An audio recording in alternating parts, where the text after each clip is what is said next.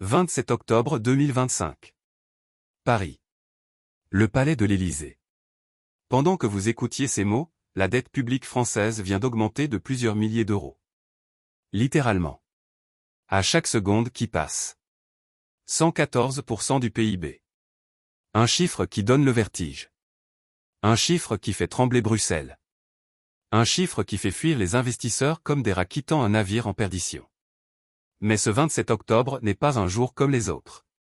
Car ce jour-là, un homme seul, assis derrière le bureau présidentiel, va prendre une décision qui changera tout.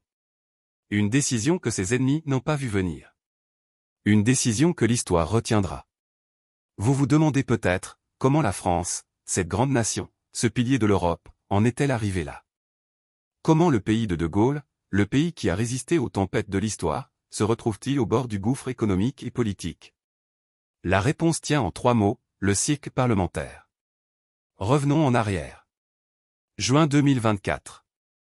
Emmanuel Macron prend une décision audacieuse, certains diront téméraire, il dissout l'Assemblée nationale. Il parie sur le peuple français. Il parie sur la raison. Mais le résultat des élections de juillet est sans appel. Son camp centriste s'effondre.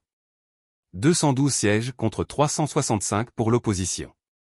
Une opposition fragmentée, divisée, incapable de s'entendre sur quoi que ce soit, sauf sur un point, faire tomber tous les gouvernements que Macron tentera de former.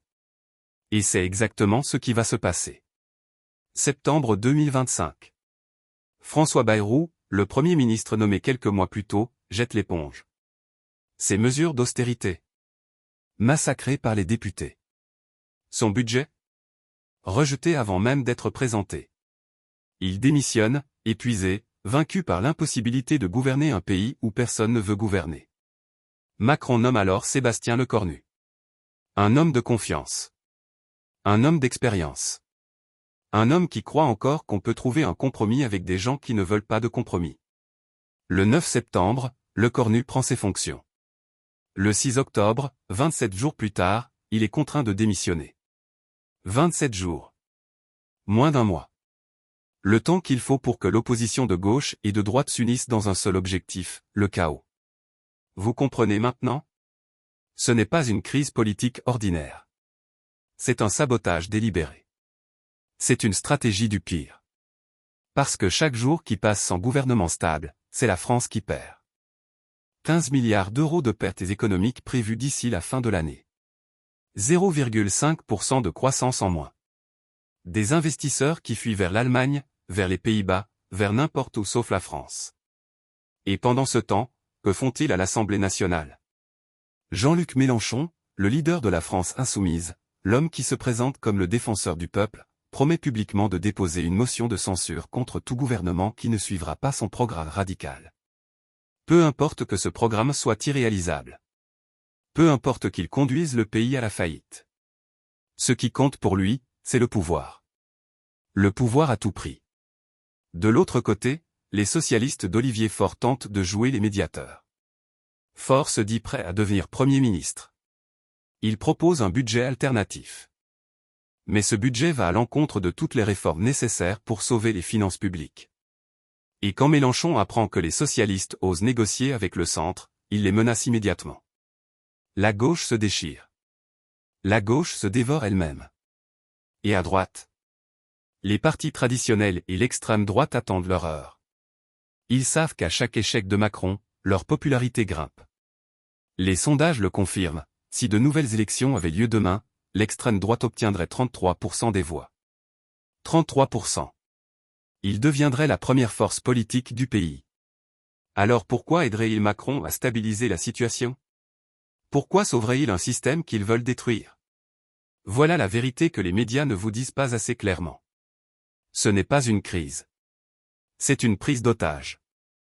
La France est prise en otage par des politiciens qui préfèrent voir le pays sombrer plutôt que de perdre une once de leur pouvoir. Mais il y a un homme qui refuse de céder. Un homme qui refuse de laisser la France devenir le maillon faible de l'Europe. Un homme qui, malgré des sondages catastrophiques, malgré les critiques de ses propres alliés, malgré l'épuisement de 15 mois de crise, continue de se battre. Emmanuel Macron. Vous pouvez ne pas l'aimer. Vous pouvez critiquer ses réformes. Vous pouvez contester ses choix. Mais une chose est indéniable, en ce moment, il est le seul rempart entre la France et le chaos total. Revenons à ce 27 octobre. Les couloirs de l'Élysée sont silencieux. Les conseillers vont et viennent, le visage grave. Tout le monde sait que le temps presse. Tout le monde sait qu'il faut trouver un nouveau Premier ministre. Mais qui? Qui accepterait de prendre un poste où ses deux prédécesseurs ont échoué en quelques semaines? Qui accepterait de gouverner avec une assemblée qui vote contre tout par principe? Les économistes tirent la sonnette d'alarme. Éric Heyer, du Centre d'analyse économique français, le dit clairement, dans un climat d'incertitude, les entreprises gèlent leurs investissements, les citoyens épargnent au lieu de consommer, et l'économie s'enfonce dans la récession. Chaque jour sans gouvernement stable coûte des millions. Chaque semaine de paralysie politique détruit des emplois. Chaque mois de blocage parlementaire éloigne un peu plus la France de ses partenaires européens. Et l'Europe, justement, observe avec inquiétude. Il y a 20 ans, Paris était la capitale d'une puissance mondiale. Aujourd'hui, certains analystes parlent de la France comme du nouveau maillon faible de la zone euro, un rôle que l'Italie occupait il y a quelques années. L'humiliation est totale. Le déclassement est en marche. Mais Macron n'a pas dit son dernier mot. Parce qu'il dispose d'une arme constitutionnelle. Une arme que ses prédécesseurs ont utilisée dans des moments de crise similaires. L'article 49.3 de la Constitution française. Cet article permet au gouvernement de faire passer un texte de loi, notamment le budget, sans vote parlementaire.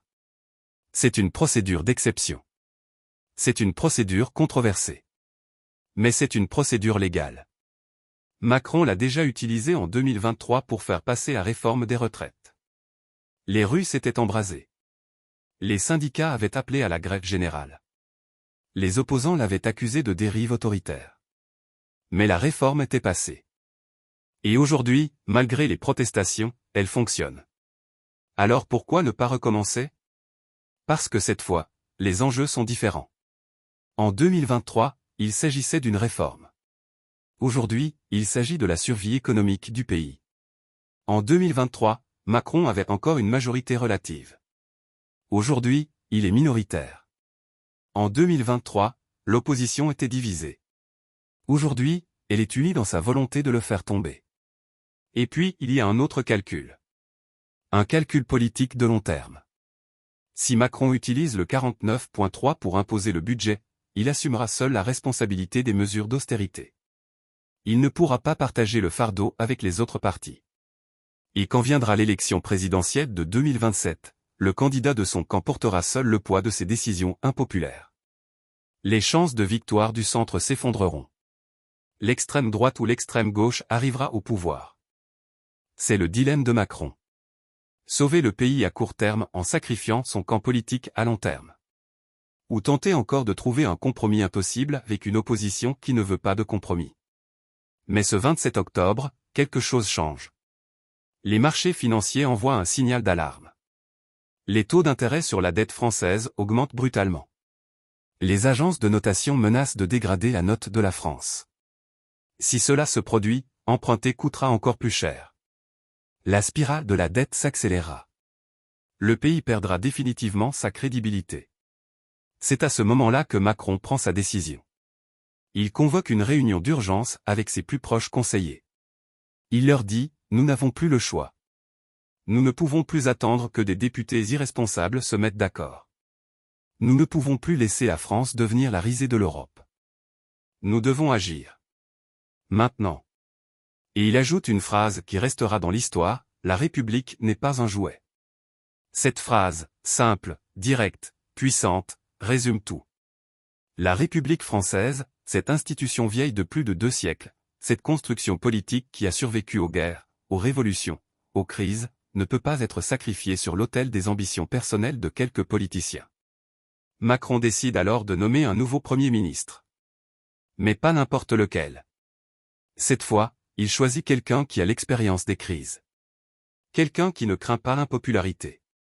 Quelqu'un qui est prêt à utiliser tous les outils constitutionnels pour sauver le pays. Et il annonce publiquement sa stratégie. Si l'Assemblée nationale continue de bloquer le budget, le gouvernement utilisera l'article 49.3.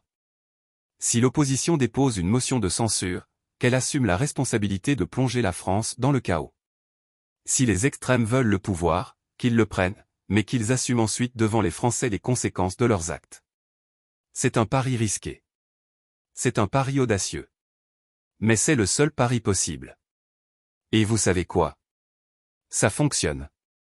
Parce que pour la première fois depuis des mois, l'opposition se retrouve face à ces contradictions. Mélenchon et l'extrême gauche réalisent que s'ils font tomber le gouvernement, ils devront proposer une alternative. Et ils n'en ont pas. L'extrême droite comprend que si elle provoque de nouvelles élections maintenant, elle risque de perdre l'élan qu'elle espère pour 2027.